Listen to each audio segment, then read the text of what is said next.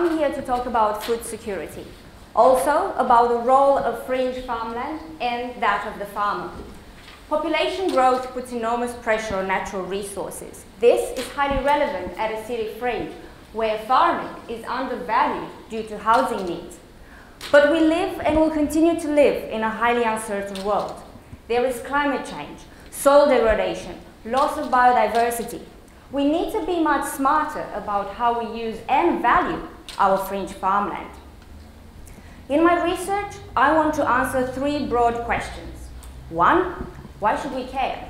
The short answer, it's about food. No matter how the future will unfold, we all have to eat, and we all want to eat healthy. In Australia, some of the most fertile soils are at the city fringe, yet there's no urgency in protecting these areas.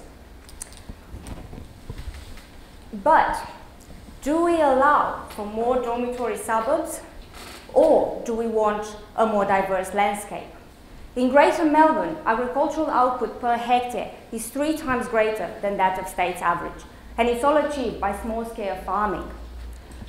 Question 2, what do we do? Well, we have a problem because there is no accepted boundary of fringe farmland. However, places in Canada, the US, the UK, Netherlands have policies that deal with urban sprawl while valuing their fringe agriculture. In Australia, there are similar conversations, but are we doing enough? If there's no agreed boundary, this takes me to question 3. Who do we work with to protect our fringe agriculture? One actor we know is local government, and this is where my work comes in.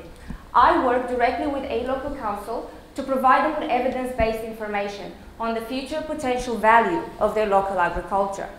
Through participatory approaches, I've interviewed farmers.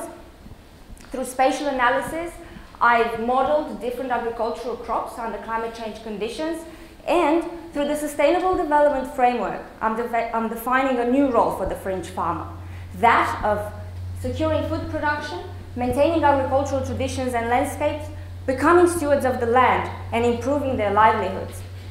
Besides farmers and local government, I draw insights from the actors who are driving the local food movement. Food processors, academics, retailers, restaurant owners, and most importantly, you, the consumer. Together, they are showing that fringe agriculture is worth protecting. Thank you.